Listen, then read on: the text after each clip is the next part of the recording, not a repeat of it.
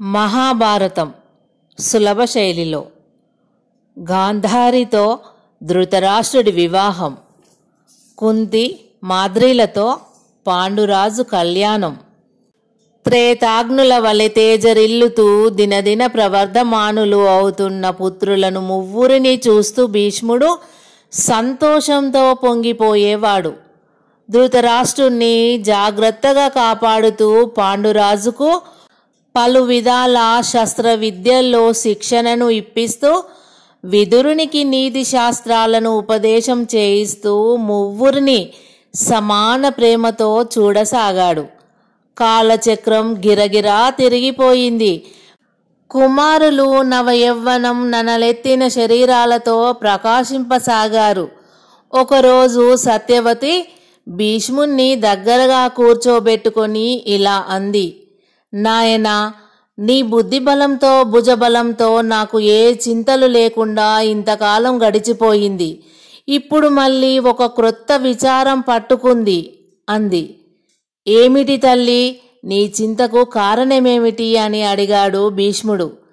ఏముంది నాయనా, అంబిక పుత్రుడైన ధృతరాష్ట్రుడు దుర్విధివశాత్తు పుట్టుగ్రుడ్డి కావడం వల్ల ఆ కుమారుణ్ణి చూసినప్పుడల్లా నా హృదయం విలవిలలాడుతూ ఉంటుంది.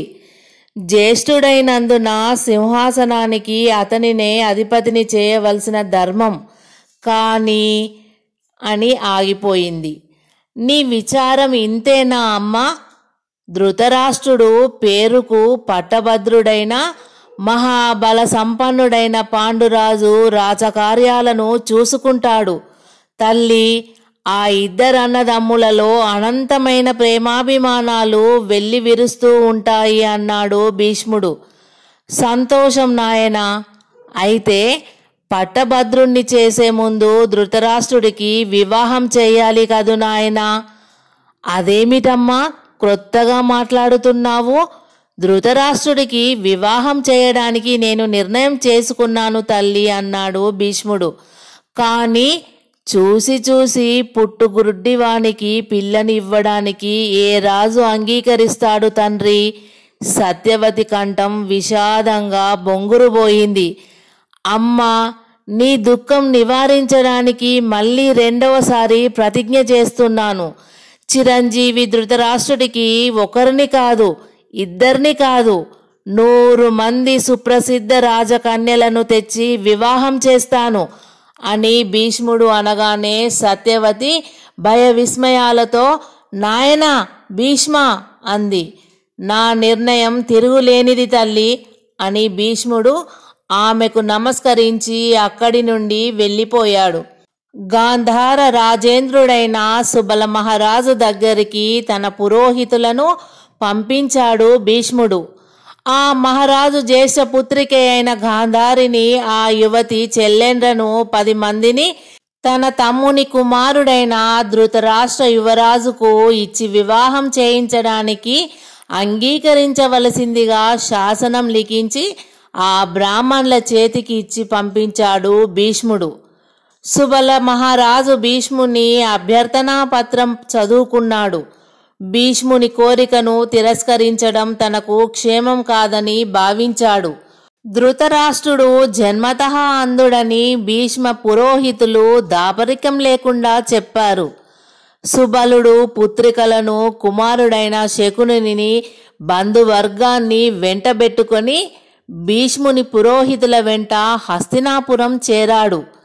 శుభముహూర్తం నిర్ణయించి భీష్ముడు గాంధారి ప్రభుత సుబల పుత్రికలతో ధృతరాష్ట్రునికి మహావైభవంగా వివాహం చేశాడు. మహాసాధ్వి అయిన గాంధారి తన భర్తకు లేని కళ్ళు తనకు మాత్రం ఎందుకని భావించి పెళ్లినాడే కళ్ళకు శాశ్వతంగా ఉండిపోయేటట్లు గంత కట్టుకుంది. అనంతరం దేశాల రాజకన్యలను వెతికి తెచ్చి భీష్ముడు తన తల్లి ముందు చేసిన ప్రతిజ్ఞ ప్రకారం 100 మంది ధృతరాష్ట్రునికి పరిణయం చేశాడు. అప్రతిమతమైన భీష్ముని సామర్థ్యాన్ని ప్రజలు వేనోళ్ల ప్రస్తుతించారు. సత్యవతి ఆనందానికి మేరలేదు.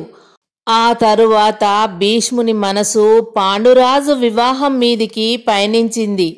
శాస్త్రాలలో చెప్పిన అన్ని శుభలక్షణాలు కలిగి మారుడు మానిని మనోహరుడై భూలోకంలో మానవ కుమారుడిగా జన్మించాడేమోనని భ్రమగొల్పుతున్న విభ్రమ రూపకళ సంపద్విభవుడైన తన చిన్నపుత్రుడు పాండురాజుకు తగిన సౌందర్య సౌశీల సద్గుణ రాశి అయిన రాజకన్య ఎవరా అని అహోరాత్రాలు విదురునితో ఆలోచించాడు.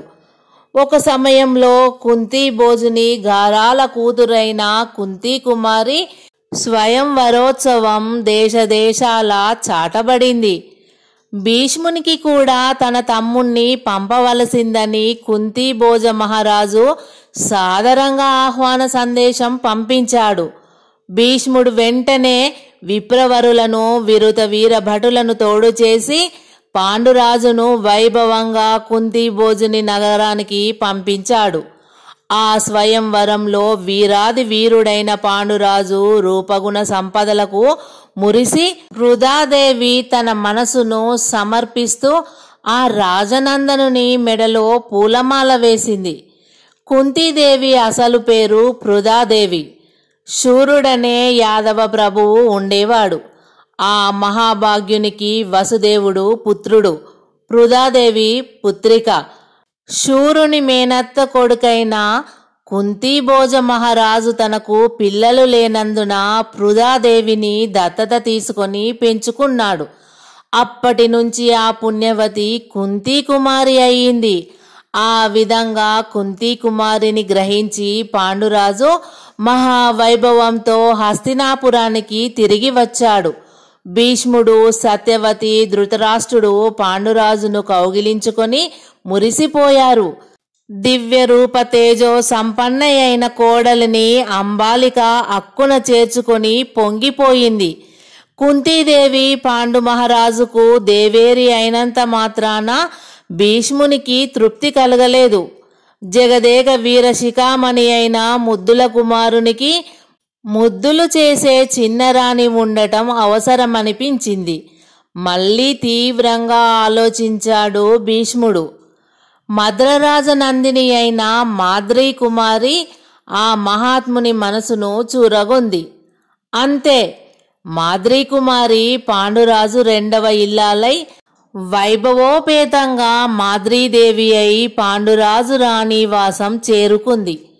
ఆ విధంగా పుత్రులకు వివాహ విధులను నిర్వర్తించి నిశ్చలంగా భీష్ముడు కాలం గడపసాగాడు.